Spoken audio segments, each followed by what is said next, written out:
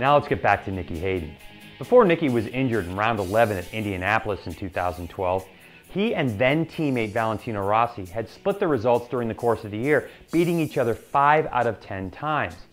Now, Nicky was always competitive lap time-wise with Valentino, who has now made the jump back to Yamaha. So I asked Nicky if watching Valentino jump to the top of the timesheets in recent tests had an effect on him. You know it does. We were in Malaysia, and halfway through the first day of the test, you know, he went to the top of the time charts by about almost a half second. And, you know, part of me, it was hard to watch because for the last 2 years, you know, I was very competitive with him on the same bike, same team that was built around him, working toward him.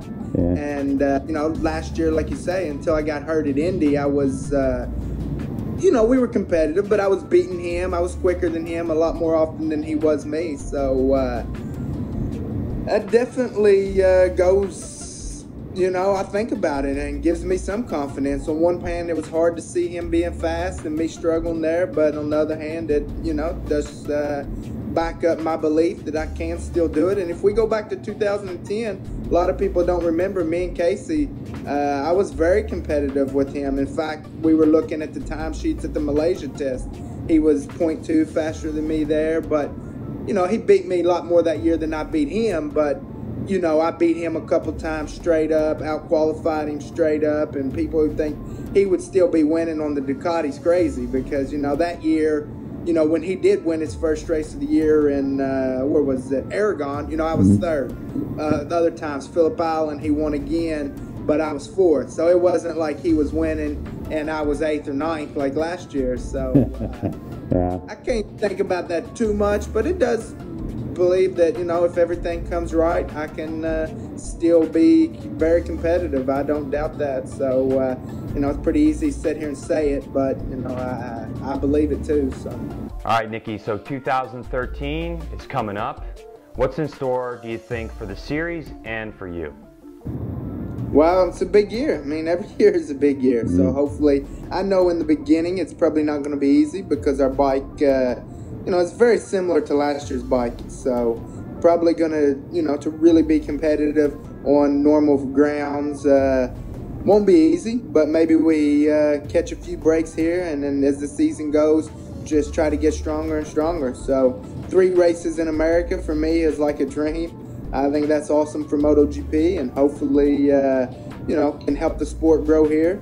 And looking forward to it. So maybe, you know, definitely, you know, won't be easy. I know that because, like I've stated, so I don't want to get too down and too much. But I will say we have a lot in store, and I really think, you know, if we can be smart and do the testing and develop the bike in the way that the plan is, that we can have a really strong second half of the season. Have you had a chance to look at the Austin track, the new track that MotoGP is going to in the United States? Yeah, I was down there for the MotoGP or the Formula One race and looked amazing. I mean, it looked like a really full-on course. I like a lot of elevation, and unfortunately, we're not testing there this week with the rest of with Honda and Yamaha, but we are going there next week to do a little bit of a Ducati event. So that should be fun, and looking forward to it. I mean, like I said, 3 races is, when I started MotoGP, we had none in America. The closest we got to home was Brazil, and I thought that was great because it was only a 3-hour flight from Miami, 1 hour or 2-hour time change. But yeah, this is, it's great for MotoGP and great for me. All right. Well, thanks for spending time with us on Greg's Garage, Nick. I really, really appreciate it. All right. Well, thanks for having me back before you blow up over there, Greg. Good luck with the show. Hey. We need more people like you spreading the word because here in America, it's still a little bit of an untapped, you know, a bit of a secret, this whole motorcycle thing, but counting on you to get the word out. All right. Thanks, Nick. Hey, and last thing, how do we find out more about you on the internet? Twitter, Facebook? Yeah, I got a website, nickyhayden.com, and on Twitter at Nicky Hayden.